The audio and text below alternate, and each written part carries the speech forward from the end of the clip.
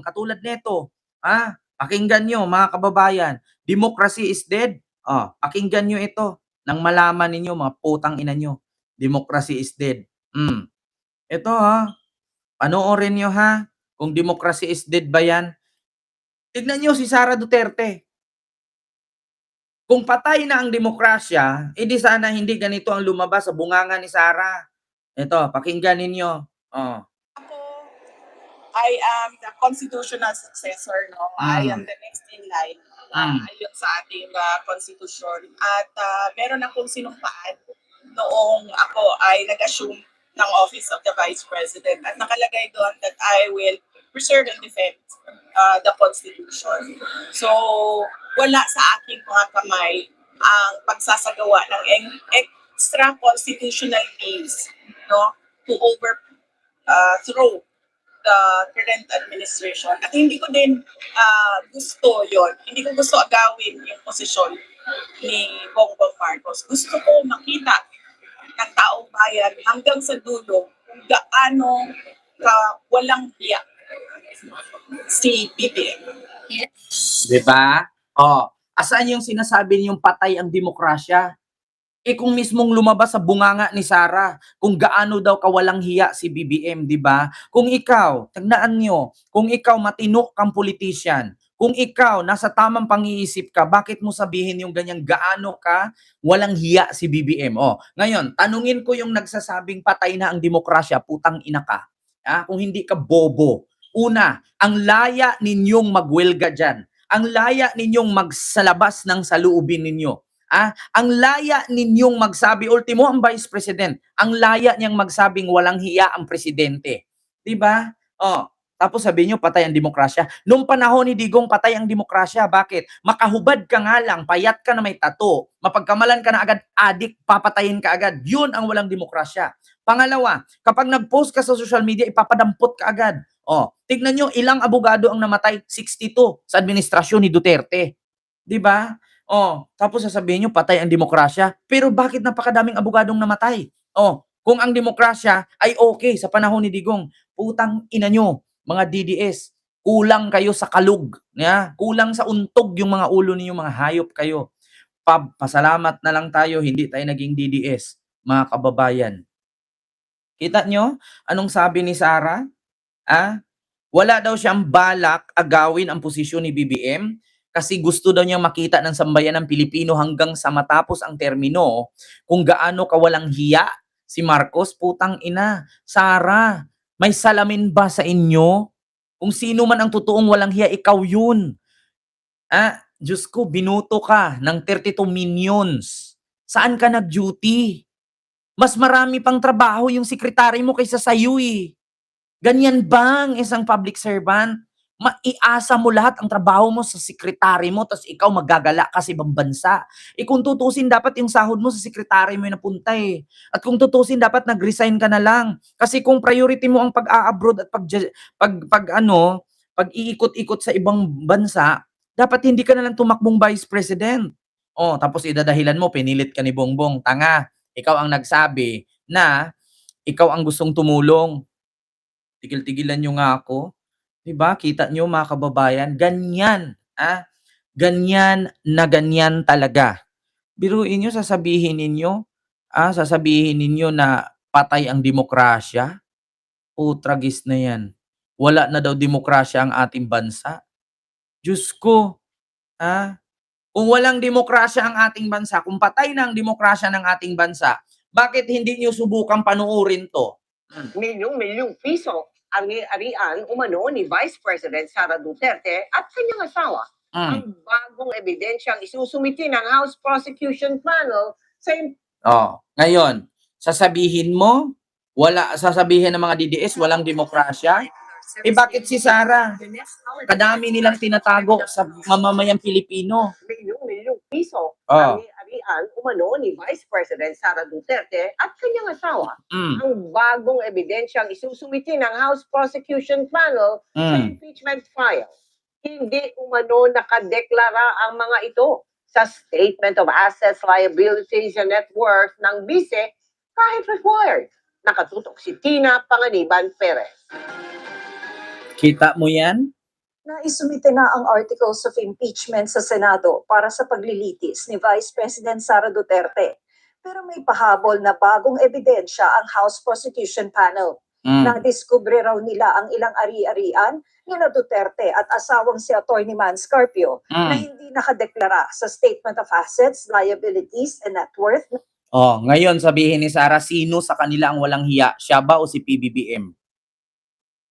Pag nagdeklara ng salin si PBBM ng bilyones, sasabihin, ayun, ninakaw. Pero ito, hindi nagdeklara ng salin, sabihin agad, walang ninakaw, putang ina. Ang sabi ng House Impeachment Prosecutor na in charge sa naturang article, aabot sa milyong-milyong piso ang halaga ng mga hindi umano deklaradong assets. Meron po ilang mga pag-aari na hindi po na-disclose sa kanya po statement of assets sa liabilities network over the course of all the years. So, mga pag-aari po ito na nakalagay po sa mga listahan po ng mga opisina ng pamahalaan. I think this is of almost the same magnitude as the bank accounts. Ayon kay Representative Terry Ridon, hindi pa natalakay sa House Committee on Justice ang mga bagong ebidensyang ito. Isasama raw ng House Prosecution Panel ang mga ito sa pre-trial brief na isusumite sa Senate Impeachment Court. Hindi nagbigay ng detalye si Ridon kung ano itong mga assets na kanilang nakita. I think the more important point would be its non-disclosure, non-statement in the salins of the Vice President. And to be clear, yan po yung isa sa naging batayan ng conviction ni dating Supreme Court Justice Renato Corona. Sinisika pa namin kunan ng reaksyon dito ang kampo ng bise. Sabi ni Ridon, ipapa-authenticate nila ang mga ari-arian at kanilang ipapasabtina ang mga individual na may kinalaman sa mga transaksyon. Kita nyo? Pwede pa bang tanggapin ng Senate Impeachment Court ang bagong impormasyong ito? We cannot preempt the ruling of the impeachment court, no?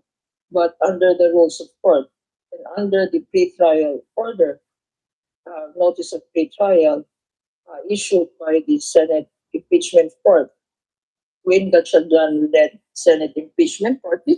Oh, 'di ba? Kita nyo, mga kababayan, ganyan ba ang sinabi nyo na ang presidente walang hiya, samantalang sila napakadaming ari-ariang hindi sinilista? Oh. Tapos ito pa, kung talagang maganda ang ugali ninyo at may ano kayo, mabait kayo, no? Kung si BBM ay walang hiya. Hello po sa iyo, Ma'am Susan Vergara. Bakit ang kaalyado ni Sara iiwan na siya? Oh. Bukod sa Davao, itinuturing din umanong baluarte ng mga Duterte ang probinsya ng Zamboanga del Sur. Pero bakit nga ba tila bumaligtad na ang suporta ng Pamilya Yu o ang kinikilalang most powerful political clan ng probinsya? Narito ang agenda report ni RJ Rosalado. Bakit kaya? Malaki ang boto na nakuha ni Vice President Sara Duterte sa Zamboanga del Sur noong 2022 elections. Humigit 365,000 o 63% ng casted votes ang napunta kay VP Sara. Patunay na solid ang naging suporta ng probinsya sa Vice Presidente. Pero matapos magkalamat ang political relationship ng mga Duterte kay President Bongbong Marcos, tila bumaliktad na ang mga dating political ally ni VP Sara sa Zamboanga del Sur. Ang dating kongresista at ngayon gobernador ng probinsya na si Divina Yu ay pumirma papor sa unang impeachment case laban sa Vice Presidente. Ang kanyang dalawang mga anak na sina First District Representative Joseph Kim Yu at Second District Representative Jaisel Victoria Yu. Sinuportahan din ang pangalawang impeachment case laban kay VP Sara. Sa isang panayam, sinabi ni Governor Yu na ang impeachment case ay isang proper legal venue para masagutin VP Sara ang mga akusasyon laban sa kanya. Ang impeachment nandiyan na yan eh. So, siguro pag-usapan nila sa Senate para ma-vindicate din si VP kung totoo ba yung mga accusation sa kanya or hindi. Iginiit din ni Governor Yu na hindi sunod-sunuran sa kanya ang kanyang dalawang anak at sariling desisyon nila umano ang suportahan ng impeachment case laban kay VP Sara. At nang tanungin kung susuportahan niya muli ang Vice Presidente sa 2028 national elections, tila nagpa-play safe sa sagot ang gobernador. Nako. Ano naman, support for Duterte, ano pa naman for us dito sa local government sa 2028 pa. So sila sa as function nila sa Congress, decision din nila yon. Si Pagadian City Mayor Sammy Ko ang posibleng makakatunggali ni Governor Yu sa 2028 gubernatorial race. Kilalang solid supporter din ng mga Duterte si Mayor Ko. Pero pagdating sa issue ng impeachment case, tila magkaiba ang pananaw ni Mayor Ko kumpara kay Governor Yu. On the impeachment, sana huwag na lang yan i-concentrate sa ngayon kasi marami din tayong problema. Ano daw ang impeachment? Huwag i-concentrate sa ngayon. Tigilan nyo nga ako.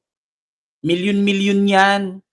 Oh, kung hahayaan yung ganyan yan, paano yung mga susunod? Gagayahin yan si Sara. Dapat kasi anuhin na talaga yung impeachment na yan para malaman man natin kung ano man ang resulta, at least hindi siya pamarisan. Kasi take note mga kababayan, ilang beses na nagkaroon ng impeachment ang ating bansa.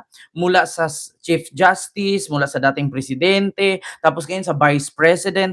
Diyos ko naman, di ba? Oo, mga kababayan. Oo. Kaya, yun lang yung aking reaksyon, no? Sa mga oras na to, mga kababayan, kaya alam nyo na, wala daw balak si Sara agawin ang posisyon ni PBBM para makita daw ng sambayan ng Pilipino kung gaano kawalang hiya si Marcos. Pero siya, Diyos ko naman, Inday. Kung merong pinakamakapal na mukha sa Guinness Book of World Records, si Sara na yun. 'Di ba? Diyos mio, Marimar. Oh, so yun lang po mga kababayan, no? Mag-ingat po kayo palagi at yun po ang ating pinag-uusapan sa mga oras na ito. Mag-ingat po kayo.